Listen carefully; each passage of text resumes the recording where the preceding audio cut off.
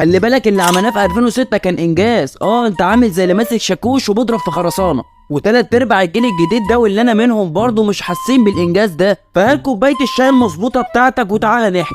في البدايه منتخب مصر لعب في مجموعه كان فيها ليبيا وكوتوفار والمغرب، ولو جيت تبص للمجموعه دي كده من بره، ليبيا مثلا ممكن تركنها على جنب، المغرب ماشي، لكن كوتوفار انت مش هتعدي، مش هتعدي. بس على الله التسهيل، في ماتش الافتتاح لعبنا ليبيا وساعتها بنقدر نكسب واحنا حاطين رجل على رجل 3-0، وده طبعا كان متوقع. الماتش اللي بعده لعبنا المغرب وساعتها الماتش ده بيخلص 0-0، رغم ان كان فيه تاتشات بسيطه جدا كانت ممكن تكسبنا الماتش ده.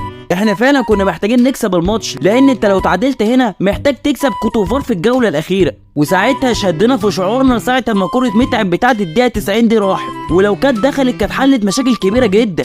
لكن ساعتها قلنا الحمد لله وقلنا ربك اللي بيرزق. في الطبيعي واللي احنا عارفينه ان لعيبه كوتوفوار هتزحفنا الملعب، لكن في الواقع واللي حصل ان احنا اللي اكلنا لعيبه كوتوفوار النجيله، وساعتها بتوفيق ربك اللي فوق ده اهو كسبنا 3-1، وبكده تكون الدنيا عنب العنب لاننا صعدنا كاول مجموعتنا ب7 نقط، وبكده نطلع لربع النهائي عشان نلاقي في وشنا الكونغو الديمقراطيه. في الماتش ده احنا ربنا وقف جنبنا جدا جدا جدا، وكان في توفيق كبير قوي، ومع توفيق ربنا ده طبعا بنقدر نكسب 4-1. طلعنا طبعا كده من ربع النهائي، نطلع لنص النهائي بقى عشان نقابل مين؟ اسود الترنجة. بص بقى الدنيا كانت ماشيه عنب العنب وفل الفل وقمر 14 لحد ما الكابتن حسن شحاته قرر انه يبدل ميدو بعمرو زكي، وطبعا الاسطى ميدو ما سكتش وما شافش ان احنا وقفنا حرج قدام فرقه زي السنغال.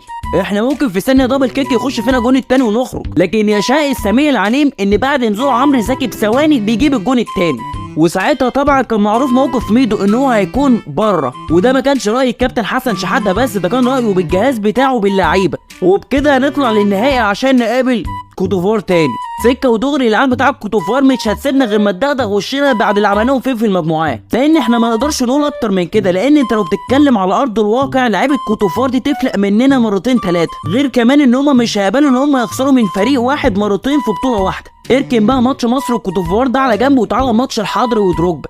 الحل الوحيد اللي كان فيه دروجبا يهز الشبكه انه يقتل الحضري، ملاش حل تاني، لان حتى ضربات الجزاء الحضري صد من دروجبا.